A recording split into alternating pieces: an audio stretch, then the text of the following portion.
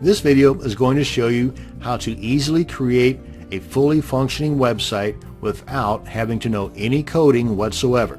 Just a few clicks of your mouse button and boom, you've got yourself a website.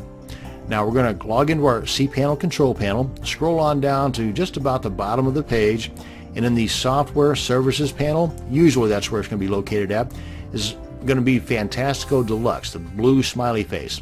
Now there are other options that are similar to this, but not all cPanel setups have them. For example, Softaculous I prefer to use over Fantastico Deluxe. Another one similar to Softaculous is called Simple Scripts, but these two items are not available in all cPanel setups. Fantastico Deluxe, however, is. So that's what I'm going to be using to demonstrate how easy it is to create a website.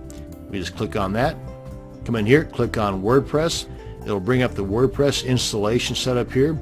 And you want to be sure and have a pen and paper or a notepad or some kind of a text document set up so that you can record the login details you're going to input here, so that whenever you want to get into the admin area of your new website, you'll have that stuff handy. As a matter of fact, on the topic of organization, now is a good time to begin if you haven't already. For every website you're going to create, you should have a folder with that website's name in it. And inside of that website's folder, you should have a couple other folders, one titled Backup, where you'll keep all of your regular backups.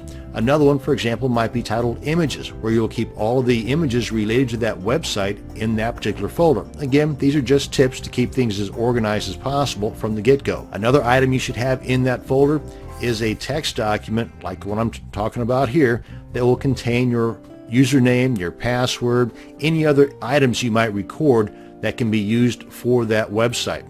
For example, maybe you're going to set up a Google email account specifically for that website. In that text document, you can have that Gmail account and the password related to that Gmail account. Anything else you might have related to that website should be in that folder. Again, just a tip on keeping things organized. Now then, let's create our website. Go ahead and click on New Installation. And if you're going to install your website, your WordPress website, directly on your domain, then you want to leave this box blank, just like it says right here. If you want to install this on, say, a niche-specific directory, like maybe you've got a niche on dog training, well then you might put in dog training here. Now, like it says here, if you are going to use a subdirectory, then you want to make sure that subdirectory folder does not already exist.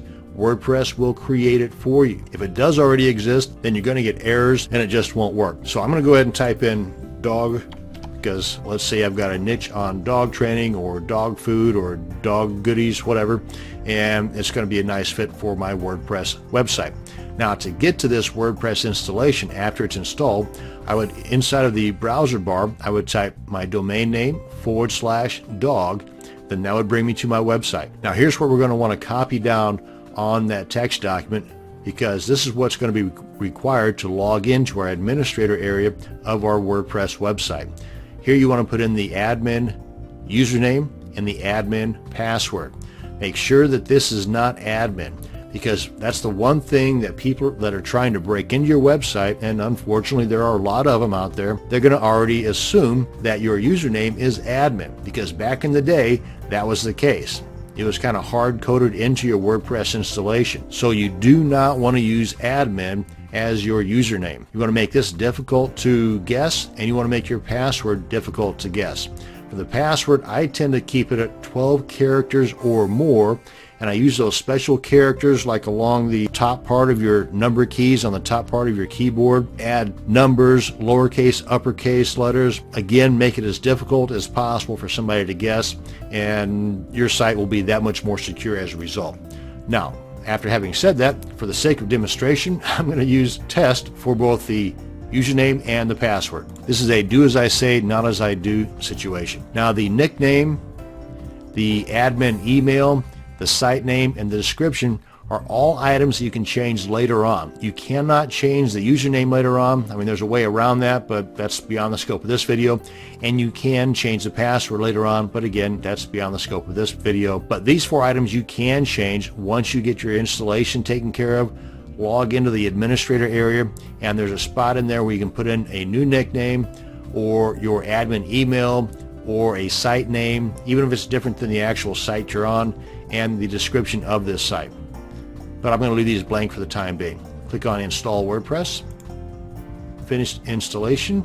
You see right here, this is the link that you would put in the browser bar to access your website. Now, at the time that it's taken me to explain this, we could have built 4 or 5 different WordPress websites. That's how quick it is. And you can get to the admin area right here, which I'm going to go ahead and do. And as soon as we're logged in, we can see that there's a brand new version available. That's one of the drawbacks to using Fantastical Deluxe, is that it rarely has the most recent version in its setup process. Not that big of a deal, because I'm going to show you just how quick it is to update things. I'm going to go ahead and just X out of this. And this, by the way, is the back end or the dashboard area of your WordPress installation. Let's come on up here to Updates. And by the way, we have a WordPress site installed already. And then we want to click on Update Automatically. This will update the version of our WordPress from the 3.1 that it currently is to the 3.5.1 that is the brand new version as of the recording of this video. Come on back into the dashboard area here, click on Updates, and we can see now that we have the latest version of WordPress. Let's take a look at our site. Rather plain Jane, but we have ourselves a website, and all of this is customizable too.